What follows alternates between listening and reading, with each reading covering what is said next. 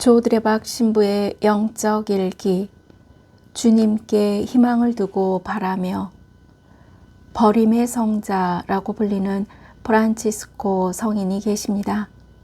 프란치스코 성인은 매일 친구들과 놀기를 좋아했고 밤새 술 파티하며 방탕한 생활을 하다가 중병에 걸리게 됩니다.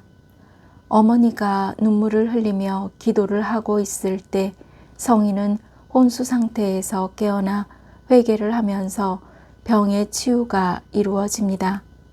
성인은 나는 평생 가난한 자와 거지들을 위해서 살겠다 라고 다짐합니다. 그리고 아버지의 반대에도 불구하고 어머니의 도움으로 자신의 모든 재산과 재산 상속을 포기하고 거지 옷을 입고 지팡이만 들고 돌아다니며 오직 수도자의 길을 살아갑니다.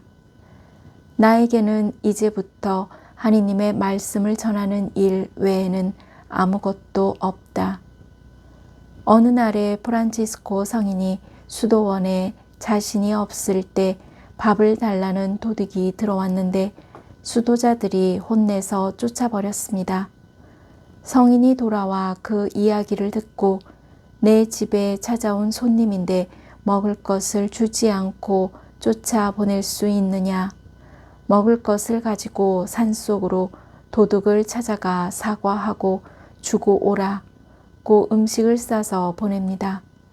그랬더니 며칠 후에 도둑들이 찾아와서 무릎을 꿇고 제자가 되겠다라고 따라 나섭니다. 아멘.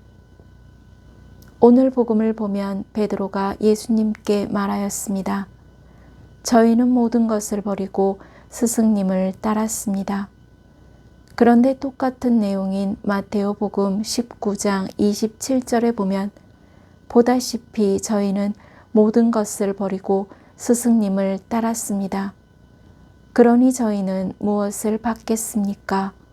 라고 말합니다.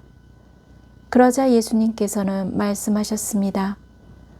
누구든지 나 때문에 또 복음 때문에 형제나 자매, 어머니나 아버지, 자녀나 토지를 버린 사람은 현세에서 박해도 받겠지만 집과 형제와 자매와 어머니와 자녀와 토지를 100배나 받을 것이고 내세에서는 영원한 생명을 받을 것이다.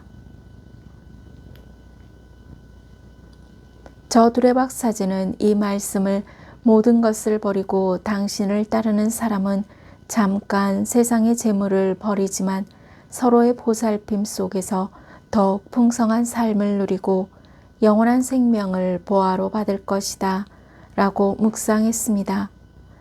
그런데 예수님께서는 첫째가 꼴찌가 되고 꼴찌가 첫째가 되는 이들이 많을 것이다 라고 말씀하셨습니다. 오늘 이 말씀을 통하여 예수님께서는 하느님의 은총에 대하여 자명하게 가르쳐 주셨습니다. 성경에 보면 제자들은 계속해서 누가 크냐, 누가 첫째냐 하면서 서로 다투었습니다. 말하자면 제자들은 자신의 공로를 내세우고 있었던 것입니다. 그러나 자기 공로를 내세우지 않으면 누가 크냐, 누가 첫째냐 하면서 다툴 이유가 전혀 없다는 것입니다. 왜냐하면 첫째가 꼴찌가 되고 꼴찌가 첫째 되는 이들이 많을 것이다 라는 주 예수님의 말씀은 결국 모두가 똑같이 하느님의 은총을 받게 된다는 뜻이기 때문입니다.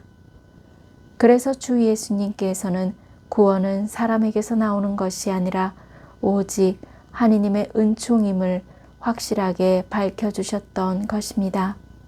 아멘. 사랑하는 고운님들, 마테오 복음 20장에 선한 포도밭 주인의 비유가 나옵니다. 이 비유에서 1시간 일한 사람이나 온종일 일한 사람이나 품삯을 똑같이 주었답니다. 그 이유가 일꾼들이 부름을 받았다는 것은 주인이 베풀어 준 은총이었기 때문입니다.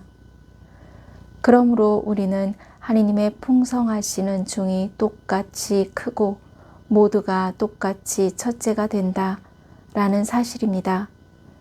지금 고우님들이 제일 싫어하는 것이 무엇인지요?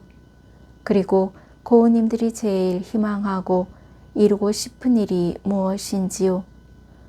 혹시 싫어하는 것과 이루고 싶은 소망이 같은 것이 아닐까요? 왜냐하면 고우님들이 싫어하는 것을 하게 되면 그것이 바로 자기가 바라는 희망이 되기 때문입니다. 그것이 바로 고우님들에게 주신 하느님의 뜻이기에 꼭 바라고 원하는 희망을 이루어 보시기를 기도합니다. 이 모든 것이 하느님의 풍성한 은총입니다. 아멘. 저 두레박 사제도 이미 하느님의 풍성한 은총을 받았으니 몸과 마음이 아픈 고우님들과 아픈 이들을 돌보는 고우님들, 그리고 고우님들의 자녀에게 주님의 치유와 회복의 은총이 임하기를 기도합니다. 영적 일기를 마무리하면서 오직 주님께 희망을 두고 바라며 적당한 때에 주님께서 고우님들의 삶을 인도하심을 굳게 믿고 기다리며 치유와 회복의 은총을 누리시기를 주님의 이름으로 강복합니다. 아멘.